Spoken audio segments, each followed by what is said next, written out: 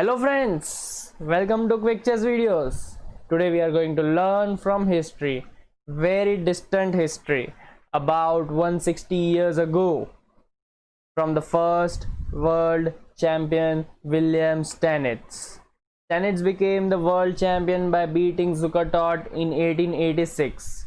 He became the world champion at the age of 50. In modern times, it is hard to imagine for a player to become a world champion at that age.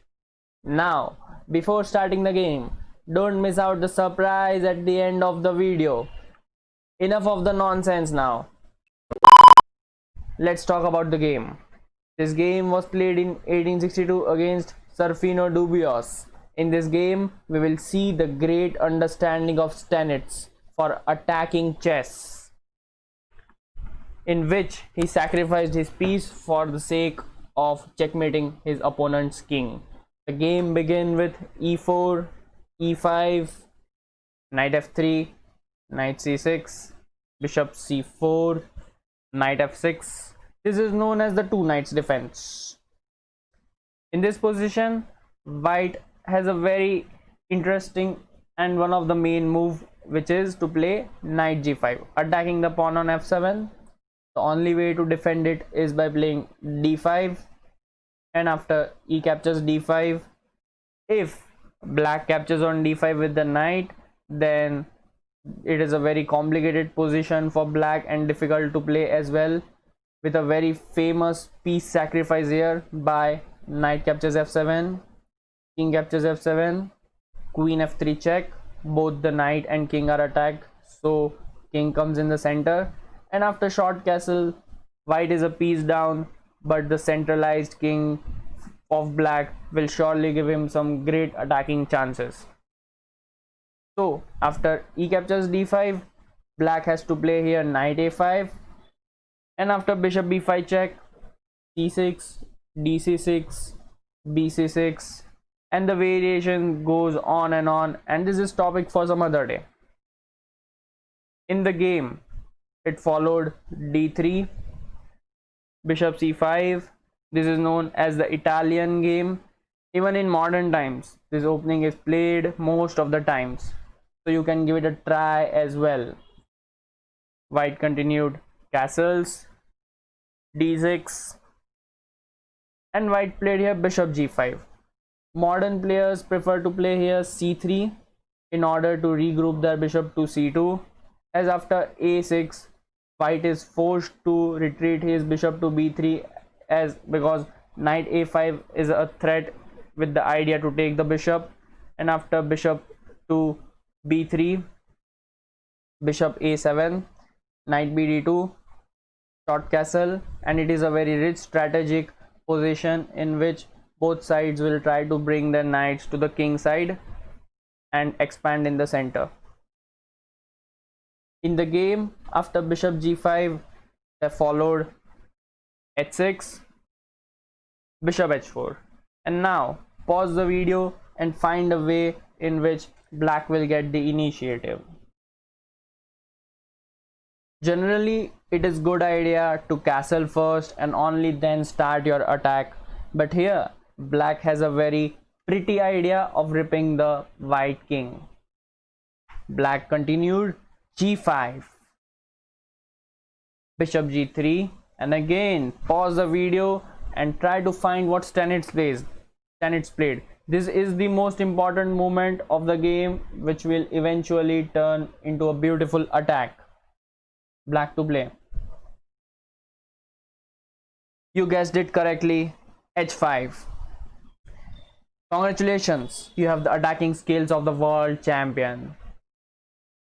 But we need to calculate what happens after knight captures g5. After h4, if white takes on f7 with the bishop, then black can simply play king e7, and all these three pieces are not in coordination, and black is having a very good position. He can also capture on g3. So instead of taking with the bishop, white will capture with the knight on f7. Then we can just play queen e7, knight captures h8, we take the bishop, pawn takes pawn, and here we have a very good idea. We can play queen at 7, threatening the knight, as well as the move knight g4, and we can see all black's pieces are perfectly placed in order to deliver an unstoppable checkmate on h2. So after h5, white is forced to play h4 in order to save his bishop from trapping. Black played bishop g4. It is always a good idea to bring all of your pieces into the game. White played c3, which is a good move. The Russian school of chess says whenever your opponent is attacking you on a flank, then you should attack in the center. White is threatening to prepare d4. White played queen d7 in order to bring his king on the other side, and white played here d4. White should have played b4. Better was b4, and after bishop b6, just developing the pieces with knight bd2, long castles, and queen b3. White is doing fine with activating his pieces and threatening to take on g5 with the knight. The game could have gone both the ways. But after d4, the opening of center results in better for black, as black's pieces are better developed and active than white's. So pawn captures on d4. White played e5. Pause the video and try to think how to continue.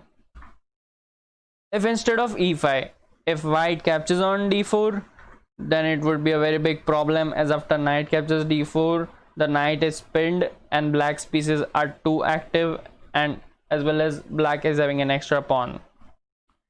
So after e captures on d4, white played the move e5. In early days, it was considered very romantic in order to just throw pawns and checkmate the opponent king. Paul Morphy was a pioneer in the system. Black took on e5. It was better to play knight e4, activating the pieces as well as threatening on g3. After ed6, knight g3, fg3, and long castles, the black attack will crash through, as there are too many threats in the white's position. But black took with pawn into pawn, and after bishop captures e5, it is time for calculation. So if you want to calculate, pause the video and see how to proceed. Black played the move here, knight captures on e5. If bishop captures on f3, queen captures on f3, and knight captures on e5, white has here queen captures on f6, and there's a threat of rook e1. Black cannot take the bishop because the rook is hanging. So after bishop captures on e5, black played knight captures on e5. White played knight captures on e5. Now if black takes the queen, white will also take the queen. So black played queen f5, attacking both knight as well as the queen. White played knight captures g4, protecting both knight as well as the queen. If white captures on f7, then king f8, knight captures on g4. Try to think with which piece to recapture. Correct, pawn captures to open the rook in order to attack. White protects the bishop with bishop e3, and after pawn takes pawn, knight takes pawn, rook captures on h4. The black's pieces are very powerful in order to create the attack. There's a threat of g3 as well. After bishop c2, white can simply play queen f4 with the idea to play queen h2 checkmate. And if white plays g3, then white will capture on g3 and a checkmate is delivered. Instead of knight captures g4, if white gives a check with the queen to activate the queen, then black will simply play king f8, and after knight captures f7, G captures h4, knight captures h8, h3. The black attack looks very powerful. So instead, after queen f5, white captured on g4. We know with which piece to capture now. Of course, we take it with the pawn in order to open the line of the rook. Bishop d3, queen d5,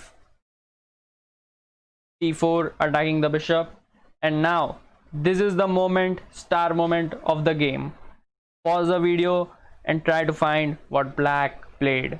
And black played a fantastic move here, long castles.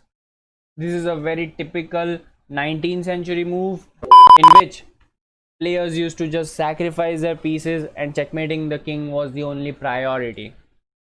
White did not take the bishop immediately. First he attacked the queen, c4, queen c6, pawn captures bishop, rook captures pawn. And now let's assess this position. Black is just planning to play rook h8 and deliver a checkmate with rook h1. If white tries that to protect it with some, let's say, knight d2, then after rook h8, f3 in order to escape with king f2, black can simply play g3 and the white's king is in cage. So after f3, the game continued, rook dh8. It was also possible to play here g3, but black was afraid of the idea bishop f5 check followed by bishop h3 blocking the rook's line.